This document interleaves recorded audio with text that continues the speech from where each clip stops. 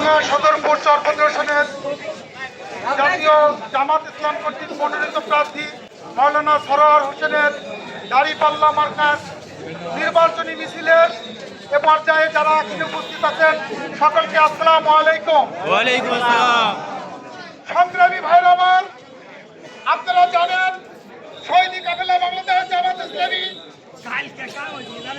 আজকে এখানে নতুন নয়, বাংলাদেশ জামাত ইসলামী বহু ত্যাগ তিতিক্ষা করে আজকে গণমানুষের সংগঠন হয়ে গেছে। তাই যে জমিনে, যে আল্লাহর জমিনে শহীদের রক্ত ধরে সেই জমিন উর্বর হয়। সংগ্রামী ভাইরা আমার, আমরা এমন একটি জায়গায় দাঁড়িয়ে আজকে আমরা মিছিল করতেছি।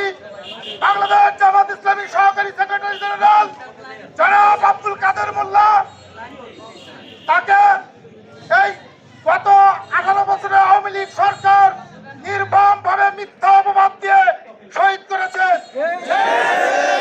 সেই শহীদের রক্তের উপর দাঁড়িয়ে আজকে বাংলাদেশ জামাত ইসলামী আজকে বিদায় নির্বাচনী মিছিল করতেছে।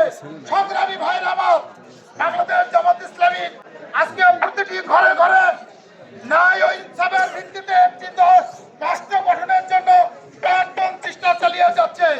টেকনাফ থেকে তেতুলিয়া, রূপসা থেকে পাটুলিয়া গণমানুষের যে আজকে আকাঙ্ক্ষা প্রতিফলিত দেখা যাচ্ছে।